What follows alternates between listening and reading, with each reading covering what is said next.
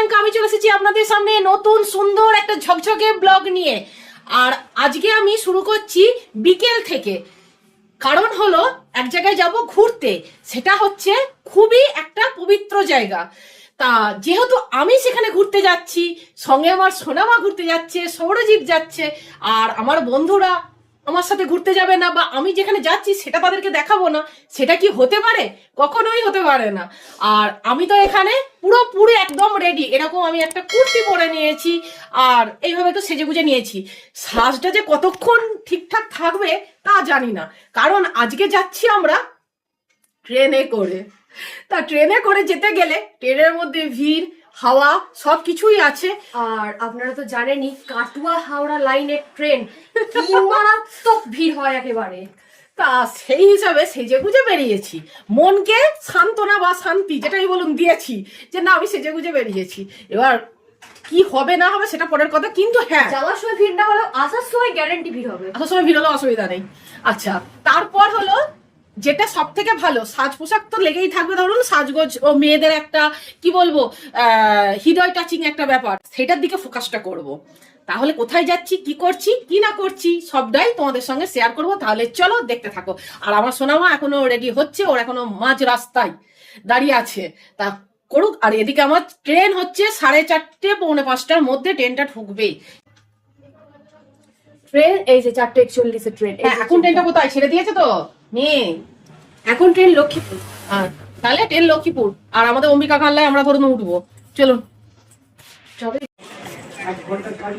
এসে পড়েছি আমাদের এখানে বাংলা প্ল্যাটফর্মে। এবার দেখা যাক ট্রেন এখন হচ্ছে হাতিগ্রাম। মানে দেখুন ট্রেনের অ্যানাউন্সমেন্ট হয়ে গেছে, আর দেখতে দেখতে এবার ট্রেন ঢুকেও পড়েছে। তাহলে এবার চলুন ট্রেনেতে উঠি। কিন্তু মনে হচ্ছিল জায়গা পাবো না, কিন্তু আলটিমেটলি জায়গা পেয়ে গেছি। আমি আর আমার সোনামা বসেও পড়েছি, আমরা খুব খুশি। আর জানেন তো জানলার ধারে সিট পেয়েছি, আর কি সুন্দর হাওয়া দিচ্ছে, আর তার সাথে এই পড়ন্ত রোদটা এত ভালো লাগছে দেখতে, দারুণ। দেখুন এসেছি ত্রিবেণীর পূর্ব মেলায়। তা এবার হাঁটা শুরু করেছি, চলুন হাঁটতে হাঁটতে যাওয়া যাবে। আর এখানে যে অনুষ্ঠানটা হচ্ছে এটা পরে দেখব, আগে চলুন ওই দিকে থেকে আগে ঘুরে আসি, কারণ ওদিকে চলছে নৃত্য।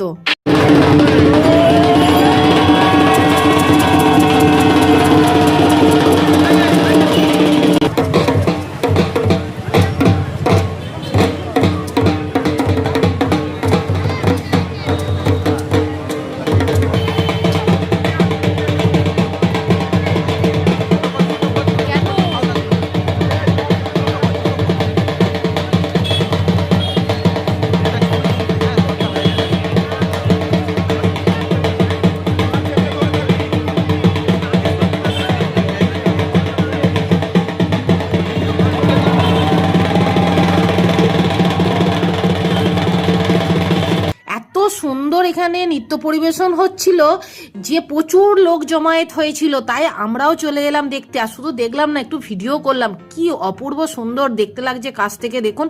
আর এরা নাকি এসেছে পুরুলিয়া থেকে, সেটা মাইকে অ্যানাউন্সও করছিল, তা খুব ভালো লাগলো। তারপর এবার চলে এলাম বলতে ত্রিবেণীর কুম্ভতে তো এসেছি, কুম্ভ মেলাতে, যেটা আমি এর আগে কোনোদিন আসিনি। হ্যাঁ, গঙ্গাসাগর আমি এর আগে একবার গেছি, কিন্তু এটা যে এই 2-4 বছর থেকে শুরু হয়েছে বললো, তাই না বল সোনামা? 2-4-5 বছর ধরে চলছে। হ্যাঁ, 2-4 বছর ধরেই চলছে, কিন্তু আমরা আগে কোনোদিন আসিনি, এবার প্রথম এলাম।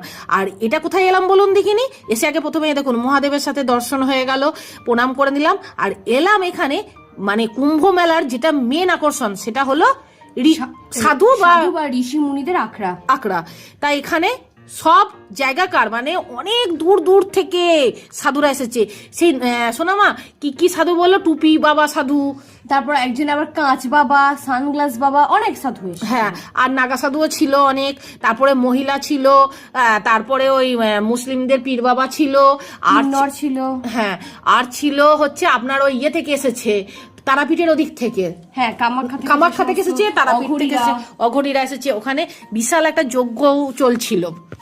আর প্রত্যেকটা দেখুন সাধু যেখানে বসে আছে, সেই জায়গার সামনে এখানে দেখুন মহিলা একজন সাধু যে রয়েছেন সাধক, তিনিও একটা যজ্ঞর প্রস্তুতি চলছে। সামনে সবাইকার সম্মুখে একটা করে যে যজ্ঞ কুণ্ড রাখা আছে। হ্যাঁ, এটা অনেকে আগে থেকে বলে যায়। ধরুন আগের দিন আপনি বলে এলেন, তার পরের দিন আপনাকে আপনার মনস্কামনা অনুযায়ী যোগ্য হবে। হ্যাঁ, যার যা প্রবলেম বা যা হিসাবে হোক সেটা একটা ঘটনা। আর আমরা যখন গেছিলাম অনেক সাধু তখন আবার চলেও গেছে, অনেকটা যেহেতু রাত হয়ে গেছে, রাত হয়ে পড়ছে।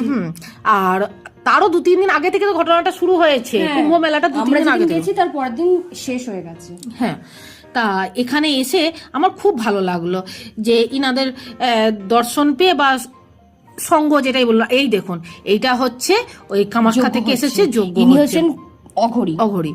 তা আমরা অনেকক্ষণ ধরে দাঁড়ালাম ওখানে, সেরকম কোনো ব্যাপার নেই যে দাঁড়ানো যাবে না বা কিছু।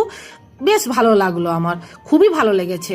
কোনোদিন এইরকম জিনিসগুলো চোখের সম্মুখ থেকে দেখিনি তো, জানেন তো, সেই জন্য আরো বেশি আমার ভালো লাগলো। আর আমার সোনামাও খুব খুশি দেখে, সৌরজিৎ আমি সবাই মিলে খুব ভালো লাগলো দেখে। হ্যাঁ, কারণ প্রথম দেখেছি, খুব ভালো লেগেছে আর যথেষ্ট সুন্দর ছিল জিনিসটা। হ্যাঁ, ব্যাপারটাও খুব সুন্দর, একদম জায়গাটা খুব ভালো সব মিলিয়ে। আর ত্রিবেণী হচ্ছে দেখুন একটা ত্রিধারা, এমনি হচ্ছে তার একটা নাম করা ব্যাপার আছে, তা সেখানে আবার এই কুম্ভ, তো বিশাল ব্যাপার। আর এটা দেখছেন, একবার চলে এসেছিলাম গঙ্গার ধারে, এখানে হয় হচ্ছে গঙ্গা আরতি। আর এই যে ভদ্রমহিলারা যাচ্ছে হাতে থালার মধ্যে পুজোর সমগ্র সামগ্রী নিয়ে, এরা হচ্ছে ওই সন্ধ্যা আরতিটা যেটা হবে গঙ্গার ধারে প্রিপারেশন নিচ্ছে। হ্যাঁ, সেটার প্রস্তুতি চলছে। আর সব ওই পাশে একটা ঘরের মধ্যে ওনারা সব আয়োজন করেছিলেন, এবার সেখান থেকেই গঙ্গার ধারে নিয়ে আসছে। আমি যেহেতু বললাম, আপনাদের বারবারই বলছি, আমি আগে কোনোদিন যাইনি, তাই এখানে এসে আমি পুরো হতবাক। এত লোকজন, মানে প্রচুর প্রচুর সমাগম লোকের। আর এটা পুরো গঙ্গার একদম ধারে, আর যেহেতু গঙ্গার ধারে তাই এখানে আগে থেকে মাটি ফেলে জায়গাটা পরিষ্কার করে উঁচু করে একদম সব কিছু সুন্দরভাবে রেডি করে রাখা আছে। আর গঙ্গার দিকে মুখ করে এখানে সন্ধ্যা আরতিটা হবে। আর সামনে ওই যে চেয়ারে দেখছেন, ওখানে হচ্ছে কি বলে শিবের একটা ফটো আছে, আর হচ্ছে মা গঙ্গার একটা ফটো আছে। দেখুন সামনে যিনি ভদ্রলোক রয়েছেন পুরোহিত, উনি আছেন হচ্ছেন প্রথমে পুজো করে নিলেন, আর তারপর পেছন দিকে দেখলাম সমস্ত মহিলারা মিলে আরতি করছেন।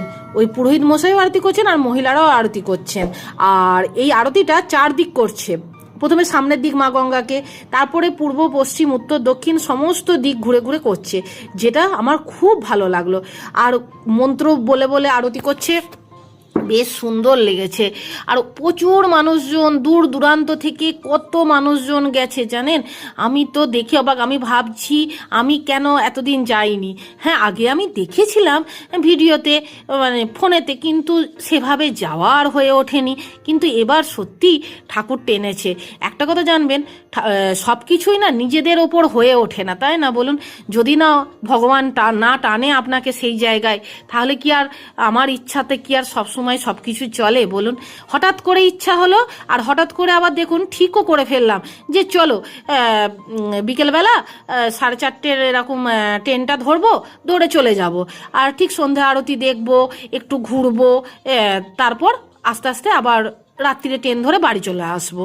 আর কাছেই দেখুন, আমাদের কানলা থেকে ত্রিবেণী আর কতটা দূরত্ব, তাই না বলুন?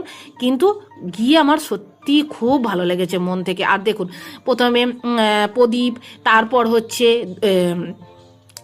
কপুরদানি দিয়ে, তারপর হচ্ছে বস্ত্র, ফুল, সমস্ত কিছু, হ্যাঁ চামড় আছে, এরপর সমস্ত কিছু দিয়ে খুব সুন্দর সুষ্ঠুভাবে।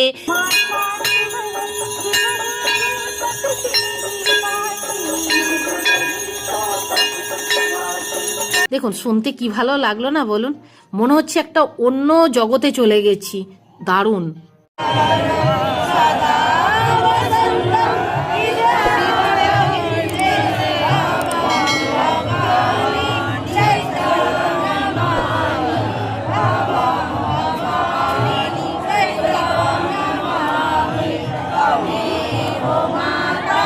তারপর ওনারা গঙ্গা দেবীর উদ্দেশ্যে প্রার্থনা করছিলেন আর প্রণাম মন্ত্রও করছিলেন।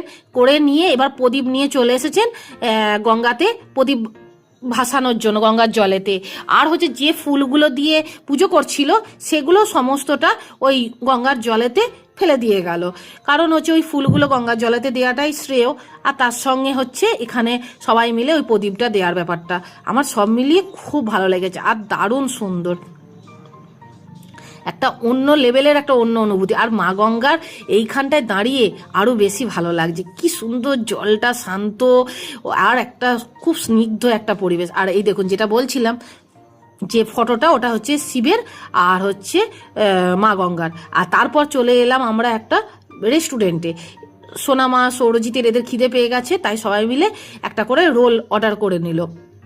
তারপর চলে এলাম আগের যে গেটটা আপনাদের আমি দেখিয়েছিলাম সেই গেটটা, মানে গেটের ভেতরে এসেই মাঠটা এলাম। এখানে হচ্ছে, এখানে দেখুন প্রথমেই রয়েছে শিবের আর পার্বতীর একটা খুব সুন্দর মূর্তি, এটা প্রণাম করে দিলাম। আর ওখানে হচ্ছে যারা পরিচালনা করছিল তাদেরকে একটা পরিচয় পর্ব ওখানে চলছে, বা আর একটুখানি পুরস্কার হ্যাঁ পুরস্কার বিতরণী ব্যাপারটাও ছিল, যে কতটা ভালো কাজ করছে বা আরো যারা পরিচালনা করে তাদের সম্বন্ধে বক্তব্য সবকিছু ওখানে বলছিল। দেখুন এসে পড়েছি ওখান থেকে, ত্রিবেণীর কুম্ভ মেলা থেকে চলে এলাম, আর খুব ভালোও লাগলো, কারণ আমি এর আগে কোনোদিন আসিনি এখানে, তাই একটা দেখার মনে বাসনাও ছিল, আর তার সঙ্গে এত সুন্দর গঙ্গা আরতি সবকিছু মিলেমিশে সবটাই সুন্দর লেগেছে আমার। আর এবার চলে এসেছি স্টেশনে, ট্রেন ধরবো। হাওড়া কাটোয়া গ্যালোপটা ট্রেন কোথায় আছে? ব্যান্ডেল। তারপর দেখুন আমাদের আবার বাড়ি আসার ট্রেনও এসে গেল। দেখুন বাড়িতে চলে এসেছি, আর খুব টায়ার্ড হয়ে গেছি, আর আমি চুল তুলে দিয়েছি। তা আমাদের খুব ভালো লাগলো, কোনোদিন যাইনি তো, দেখে খুব ভালো লেগেছে। এবার আবার 144 বছর পর প্রয়াগরাজে যাব, যদি বেঁচে থাকি ওর জগতে। কি কথা, 144 বছর পর। তা আমাদের এখন বাজছে কটা দেখুন, 9:45 বাজছে, বাড়িতে চলে এসেছি। ভিডিওটা আপনাদের কেমন লাগলো আশা করি ভালো লেগেছে। ভিডিওটা আপনাদের কেমন লাগলো আশা করি ভালো লেগেছে। যদি কিছু ভালো লেগে থাকে তাহলে প্লিজ ছেড়ে যাওয়ার আগে আমার চ্যানেলটাকে সাবস্ক্রাইব করে দিয়ে আমার পাশে থাকবেন, একটা লাইক দেবেন, আর কমেন্ট করে জানাবেন কেমন লাগলো আজকের ভিডিওটা।